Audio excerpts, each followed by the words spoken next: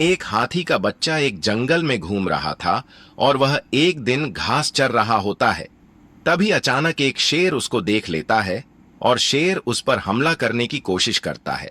फिर कुछ देर बाद उसको एक बड़ा हाथी आकर बचाकर ले जाता है और फिर वह हाथी उसको घास चराते हुए ले जाता है और एक बड़ी सी नदी में ले जाकर पानी पिला देता है और नदी से बाहर ले जाने के बाद और फिर वह उसको घास चराता है।